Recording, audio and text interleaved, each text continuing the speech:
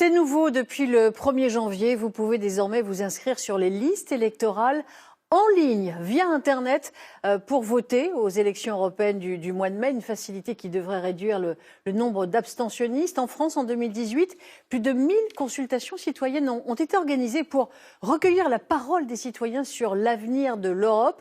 Cela a pris parfois des formes originales. Ce reportage de Pascal Verdeau et Thierry Bordeaux. Les Baumettes. Depuis quelques années déjà, le centre pénitentiaire de Marseille fait peau neuve.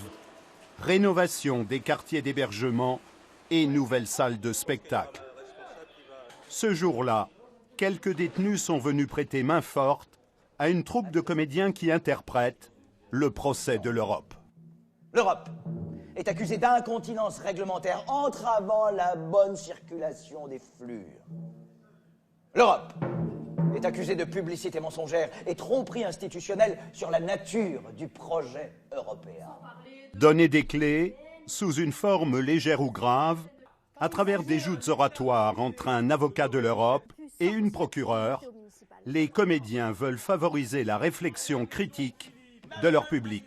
Mais alors, objection, monsieur le Président. Pas d'objection, votre objection n'est pas aux États-Unis. Alors, contestation. Nous, ce qu'on essaye de faire avec nos outils artistiques, c'est qu'on essaye de recréer de l'émotion, du lien. On essaye aussi de personnifier l'Europe, parce que du coup, ça semble être un objet très distant, alors qu'au final, c'est peut-être le fil conducteur du spectacle.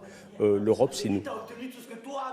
Un procès participatif suivi d'un débat organisé dans le cadre des consultations citoyennes.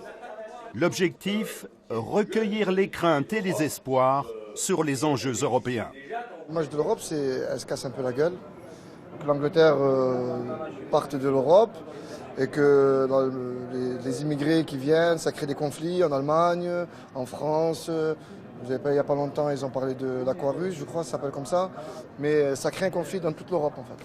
C'est une richesse pour moi l'Europe, c'est important. Pour moi, c'est très important l'Europe. L'Europe sans la France, elle est rien sans l'Europe, pour moi.